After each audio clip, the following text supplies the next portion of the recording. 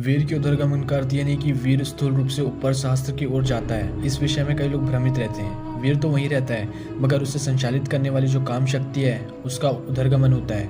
वीर को ऊपर चढ़ाने वाली नाड़ी शरीर के भीतर नहीं होती, इसलिए शुक्राणु ऊपर नहीं जाते हैं, बल्कि हमारे भीतर विद्युतिक चुंबकीय शक्ति होता है जो नीचे की ओर बहती है, तब शुक्राणु सक्रिय होते हैं। इसलिए जब पुरुषों की दृष्टि भड़कीले वस्तु पर पड़ती है या उसका मन स्त्री का चिंतन करता है, तब यही शक्ति उसके चिंतन मात्र से नीचे जो काम केंद्र है उसका सक्रिय कर वीर को बाहर धकेलती है। वीर स्खलित होते ही उसके जीवन की उतनी काम शक्ति व्यर्थ में खर्च हो जाती है। योगी और तांत्रिक लोग इस सूक्ष्म बात से परिचित थे। स्थूल विज्ञान वाले जीवन शास्त्री और डॉक्टर लोग इस बात को ठीक से समझ नहीं पाए, इसलिए आधुनिकतम औजार होते हुए भी कई गंभीर रोगों को वे ठीक नहीं कर पाती, जबकि योगी की दृष्टिपात मात्र से या आशीर्वाद से ही रोग ठीक होने के चमत्कार हम प्राय देखा सुना करते हैं। आप जब स्त्री का चिंतन करते हैं या फिर कुछ गलत चीज देखते हैं तो आपकी जो काम शक्ति है वो नीचे की ओर बहना शुरू करती है।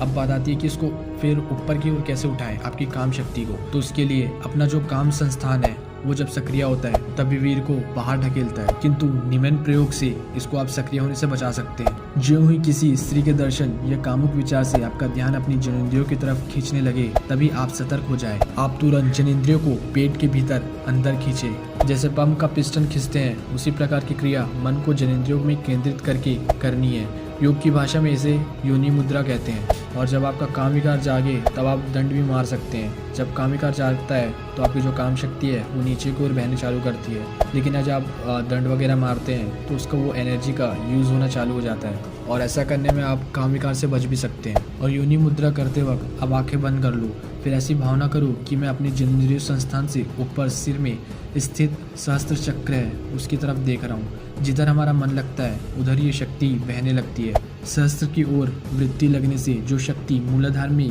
सक्रिय होकर वीर को स्खलित करने वाली थी, वही शक्ति उधरगामी बनकर आपको वीर पतन से बचा लेगी। लेकिन ध्यान रहे, यदि आपका मन विकार का मजा लेने से अटक गया है तो आप सफल नहीं हो पाएंगे। थोड़े संकल्प और विवेक का सहारा लिए तो कुछ ही दिनों में प्रयोग से महत्वपूर्ण फायदा होने लगेगा। आप स्पष्ट महसूस करेंगे कि एक आंधी की तरह काम का वेग आया और इस प्रयोग से वह कुछ ही क्षणों में शांत हो गया। और काम शक्ति का उदरगमन करने का एक और भी अच्छा तरीका है, आप काम में व्यस्त रहेंगे और आपका काम विकार है वो नहीं सताएगा, तो आपका जो काम शक्ति है उसका अपने आप उदरगमन होना शुरू हो जाता है। इसलिए ब्रह्मचारी को बोला जाता है कि आप अपने कामों पर व्यस्त रहें, और आप जब व्यस्त रहते हैं तो आपकी जो शक्ति है, काम शक्ति है, उसका उदरगमन अपने आप होता है। तो ठीक है, जितना आप इस काम विकार से दूर रहेंगे उतना आपका वीर का उदरगमन होगा, आपके वीर का काम शक्ति का उदरगमन होगा, ठीक है। और जितना आप काम विकार में घुसे रहेंगे उतना आपके वीर का जो काम शक्ति है उसका उदरगमन नहीं हो पाएगा। जितना हो सके आप व्यस्त रहना शुरू कर दीजिए, इससे अच्छा उदरगमन और किसी चीज़ में नहीं है। अब आप बोलेंगे कि उदरगमन करने से फ़ायदा क्या होगा? तो भाई उदरगमन करने से फ़ायदा ऐसा होता है कि आप जितना अच्छा उदरगमन करेंगे उतना आप काम विकार से दूर चले जाएंगे, और जितना दूर चले जाएंगे आपका ब्रह्मचर्य शक्ति उतना मजबूत होता जाएगा, और जितना मजबूत होता जाएगा आप में ज्ञान, सोच समझ शक्ति हर चीज़ में संपन्न हो जाओगे।